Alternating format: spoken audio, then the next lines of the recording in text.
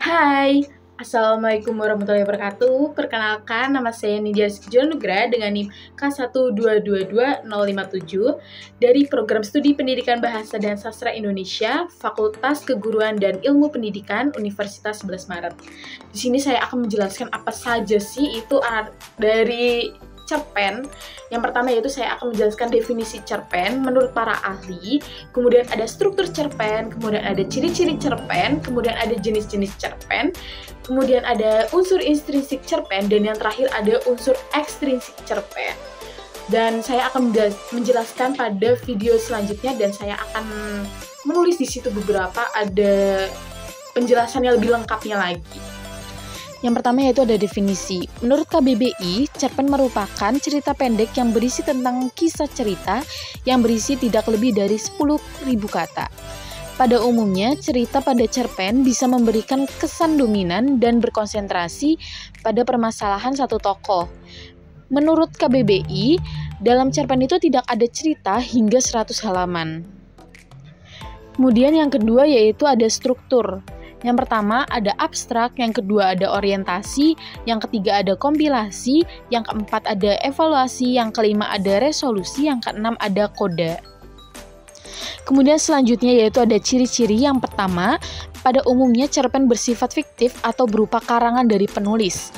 Kemudian yang kedua, cerpen memiliki susunan kata yang tidak lebih dari 10.000 kata. Kemudian yang ketiga, saat membaca, cerpen biasanya selesai dengan sekali duduk. Kemudian yang keempat, cerpen memiliki bentuk cerita yang sangat singkat. Kemudian yang kelima, cerpen memiliki diksi atau pilihan kata yang tidak rumit sehingga gampang dipahami oleh pembaca tersebut. Kemudian yang keenam, cerpen hanya memiliki alur cerita tunggal atau satu jalan cerita saja.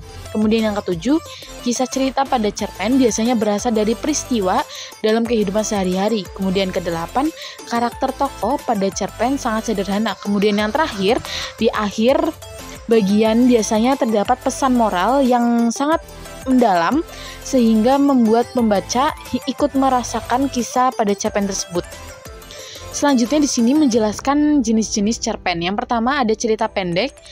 Yang kita ketahui itu cerpen itu kurang dari 10.000 kata panjangnya. Kemudian yang kedua, cerpen sedang itu memiliki sekitar 700 hingga 1.000 kata panjangnya. Kemudian yang ketiga atau yang terakhir yaitu cerita panjang.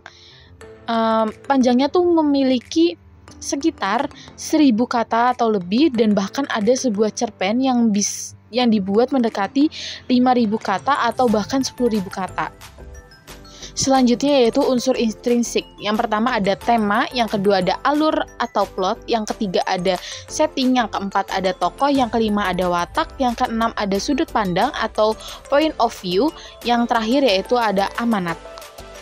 Dan terakhir di sini saya akan menjelaskan unsur ekstrinsik. Yang pertama, terdapat latar belakang dari pengarang. Biasanya latar belakang pada kisah cerpen berasal dari pengalaman pribadi pengarangnya, namun tak jarang jika pengarang mengambil cerita dari kisah orang lain. Kemudian yang kedua, terdapat latar belakang dari masyarakat. Latar belakang dari masyarakat ini akan membantu berlangsungnya jalur cerita, biasanya juga mempengaruhi isi ceritanya juga. Kemudian yang ketiga, terdapat biografi yang memaparkan biodata, riwayat hidup, dan pengalaman secara menyeluruh dan lengkap dari pengarangnya tersebut. Kemudian yang keempat, terdapat aliran sastra yang mempengaruhi gaya bahasa yang digunakan oleh penulis saat menyampaikan ceritanya. Kemudian yang terakhir, yang kelima, yaitu terdapat kondisi psikologis berupa keadaan senang, sedih, suka, dan duka yang mempengaruhi mood penulis saat membuat sebuah cerita pendek tersebut. Sekian penjelasan dari saya. Wassalamualaikum warahmatullahi wabarakatuh. Sampai jumpa lagi.